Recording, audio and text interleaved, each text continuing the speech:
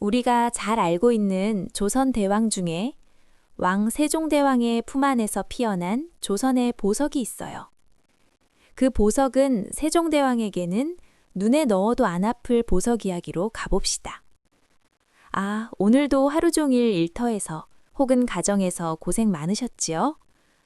조선시대 전설 88의 문을 활짝 엽니다.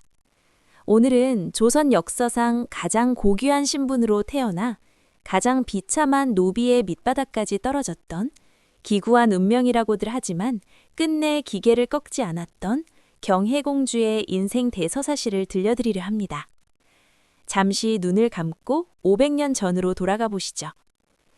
경복궁의 봄날, 뜰에는 살구꽃이 눈처럼 흩날리고 있습니다. 그 꽃길 사이로 조선의 성군 세종대왕께서 걷고 계십니다. 그리고 그 곁에는 세종이 가장 아꼈던 첫 손녀, 경혜공주가 아장아장 그 보석 같은 발걸음으로 옮기고 있었죠. 세종대왕께서는 나란 일로 눈병이 나고 몸이 쇠약해지는 와중에도 이 공주만 나타나면 얼굴에 환한 웃음꽃이 피었습니다. 세종께서는 진무를 보시다 피곤이 몰려오면 꼭 주변에 묻곤 하셨습니다. 우리 강아지, 공주는 지금 무엇을 하느냐? 어서 데려오너라.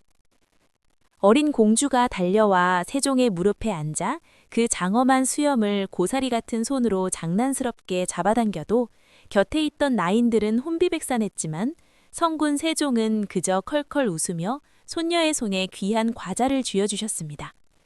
여러분, 이 아이가 훗날 삼배옷을 입은 노비가 될 줄 누가 상상이나 했겠습니까? 아버지 문종임금도 또 어떠했습니까? 세자 시절부터 공주를 옆에 끼고 직접 붓을 쥐어주며 그를 가르쳤습니다. 너는 이 나라의 공주이니 훗날 백성들의 고달픈 마음을 읽을 줄 알아야 한다. 며 김지호겹으로 키우셨지요. 당시 공주가 신던 콧신 한 켤레 값은 웬만한 고을 사람들이 한 해 동안 먹고 살 세금과 맞먹을 정도로 화려함의 극치였습니다.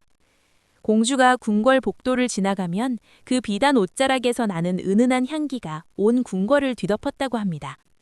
하지만 그 찬란한 행복은 너무나 짧았습니다.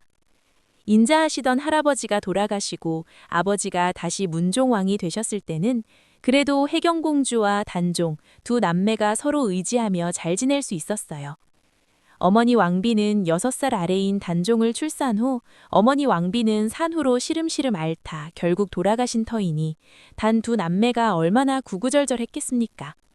그러니 문종왕도 이 두 남매가 얼마나 소중하고 귀엽게 여겼겠습니까? 그러나 든든했던 세종 할아버지가 승하하신 후 2년 만에 아버지 문종황도 차례로 세상을 떠나고 19 공주의 앞날에는 피냄새나는 권력의 폭풍이 성큼성큼 다가오고 있었습니다. 1453년 10월 10일, 피냄새나는 명패와 숙부 수양의 이빨이 드러나는 낮밤이었습니다. 그날 밤은 공주의 집은 유난히도 차갑고 어두웠습니다. 공주의 문살을 세차게 흔드는 건 가을바람만이 아니었습니다. 갑자기 수백 명의 군사가 마당을 가득 채우더니 철커덩거리는 갑옷 소리와 횃불의 매캐한 연기가 안방까지 밀려왔습니다. 문을 박차고 들어온 이는 다름 아닌 친삼촌, 수양대군이었습니다. 수양의 눈빛은 예전에 인자했던 삼촌이 아니었습니다. 피 묻은 칼을 찬 채 공주를 싸늘하게 내려다보며 말했습니다. 공주, 주상의 명패를 내놓으시오. 그때는 단종이 외로우니까 누나가 의지가 되므로 누나 집에서 거의 밤을 지내고 계시던 터여요. 그래야 어린 왕이 무사할 것이오. 여러분, 이 명패가 무엇입니까? 군사를 움직이고 대신들을 소집하는 절대 권력의 상징입니다. 수양은 조카 단종을 그곳에 머물고 있게도 했고 단종의 기를 죽이기 위해 먼저 누이인 공주를 협박해 그 힘을 뺏으러 온 것입니다. 공주는 6살 어린 단종을 등 뒤로 숨기며 피 맺힌 절규를 했습니다. 삼촌, 어찌 이러십니까? 우리 아버지가 삼촌을 얼마나 믿고 동생을 부탁했는데 어떻게 핏줄의 목에 칼을 겨누십니까? 하지만 수양의 가슴엔 이미 권력에 대한 탐욕이 가득 찼습니다. 결국 공주는 어린 동생의 목숨을 구걸하며 떨리는 손으로 명패를 넘겨주었습니다. 그날 밤 김종서를 비롯한 조선의 기둥 같던 충신들의 목이 낙엽처럼 떨어졌고 공주는 예감했습니다. 이제 내가 가진 모든 고귀함이 사라지고 지옥이 시작될 것이라는 사실을요. 가장 믿었던 가족에게 배신당하고 목숨을 위협받는 그 비참한 심정, 여러분은 상상이 가십니까? 공주는 그날 밤 잠을 이루지 못하고 뜬 눈으로 밤을 지샤우며 아버지가 계신 하늘을 향해 원망의 눈물을 흘리며 오열했습니다. 삼배옷 노비의 호통과 원수 앞에서의 피눈물 보하지 않고 명멸하는 미소 수렬에게 큰 소리치는 공주를 보세요. 비극은 끝이 없었습니다. 남편 정존마저 전라도 순천으로 귀향을 갔고 결국 대역죄로 사지가 5방향으로 찢어지는 거열형이라는 참혹한 형벌을 당했습니다. 이 참혹함 이해가 되십니까? 양팔, 양다리, 그리고 머리를 5마리 살아있는 소가 산사람을 찢는다는 형벌. 이지는 공주에게 남은 건 화려한 비단옷이 아니라 거친 삼배옷과 노비라는 치욕스러운 낙인이었습니다. 산발을 안 채 순천 관아 마당으로 끌려온 공주의 처지, 눈물 없이는 볼 수 없는 광경이었죠. 고을 수령은 기고장만 했습니다. 이년아, 이제 너는 왕의 딸이 아니라 내 밑에서 마당을 쓸고 똥장군이나 져야 할 관비일 뿐이다. 어서 바닥을 기며 청소를 해라. 구경하던 백성들이 안타까움에 소매로 눈물을 훔칠 때 공주는 성큼성큼 계단을 올라가 수령이 앉는 상석에 떡하니 자리를 잡고 앉았습니다. 그리고 관아가 떨어가라 호통을 쳤습니다. 이 내녀마!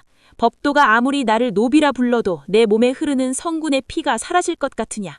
내 할아버지는 세종이요, 내 아버지는 문종이다. 어디 천하디 천한 수령 따위가 감히 왕의 딸인 공주에게 명을 내리느냐. 네 놈이 죽어서 저승에서 우리 할아버지와 아버지를 어찌 보려고 이리 방자하냐. 그 위험에 눌린 수령은 엉덩방아를 찌으며 무릎을 꿇어버렸습니다. 이 소식에 놀란 세조는 민심에 민감했거든요. 그래서 그대로 놓지 않고 공주를 다시 한양으로 부릅니다. 세조는 죄책감 때문인지 공주에게 재산과 노비를 내어주며 자비를 베푸는 척합니다. 이때 공주의 행동이 어떠했는지 아십니까? 당장이라도 세조의 목을 치고 싶었을 공주였지만 그녀는 세조 앞에서 미소를 지었습니다. 자존심이 없어서가 아닙니다. 내 뱃속에 있는 아들 정미수와 내 어린 딸을 살리기 위해서는 원수의 바지랑댕이라도 잡고 아부를 해야 했기 때문입니다.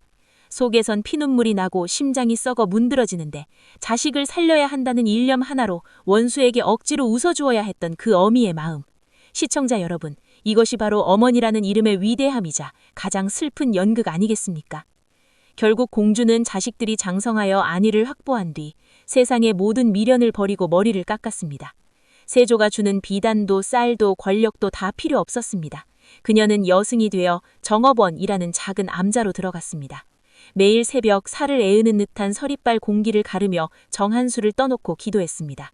억울하게 죽은 동생 단종을 위해, 사지가 찢어진 나간 남편 정존을 위해, 그리고 무엇보다 자식을 위해 원수에게 웃어주었던 자신의 비겁한 생존을 회개하며 평생을 참회하며 살았습니다.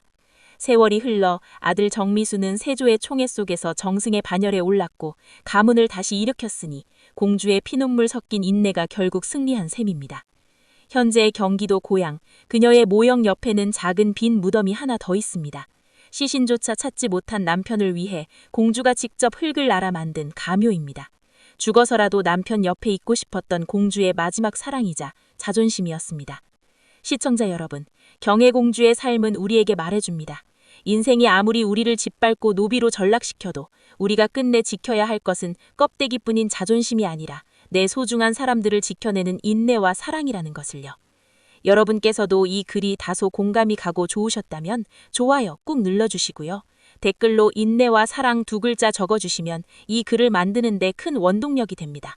오늘도 자식을 위해 원수에게 웃어주었던 그 공주의 그 위대한 마음을 생각하며 편안히 날이 되시기 바랍니다. 끝까지 들어주셔서 감사합니다. 축복합니다.